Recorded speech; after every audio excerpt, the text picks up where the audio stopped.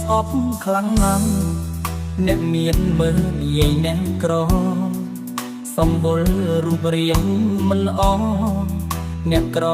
តាខុសតងໄວសំដីមើលញីខ្ញុំស្ដាប់ឮសឹងរាល់ថ្ងៃហើយអ្វីមិនអោយដំឡៃព្រោះលើផែនដីដូចគ្នាសងមើលងាយខ្ញុំចំខ្ញុំក្រគ្មានចំណេះដឹងពីបៀលថោកទាបបែបនឹងមានដឹងខ្ញុំឈឺចិត្តទេអ្នកណាចំក្រកាត់មកធ្វើពលក៏គេធ្វើមិនដេញយើងជាអ្នកស្រែមិនអាចប្រឆាំងតវ៉ាបើមាននិស្ស័យ